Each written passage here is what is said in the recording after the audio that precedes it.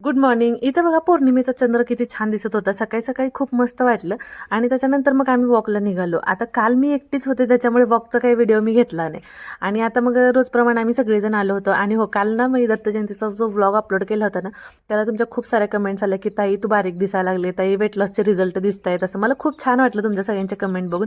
मला रिप्लाय करायचं काही झालं नाही, आज रिप्लाय करेन मी तुमच्या सगळ्यांच्या कमेंट्सला. आणि इथं ना आता इकडं बघा सूर्योदय झालेला आहे छान असा, आणि इकडं दुसऱ्या साईडला ना चंद्र दिसतोय पौर्णिमेचा. हे असं खूप दिवसानंतर आणि कधीतरच पाहायला भेटतं. आता आरो दादाला सायकल आणली तुम्हाला माहित होतं. आता सायकल पण आम्ही अशी घेतली की आम्हाला सगळ्यांना चालवता यावी, आणि जवळजवळ 15 वर्षानंतर मी सायकल चालवली. खूप भारी वाटत होतं मला. आहो.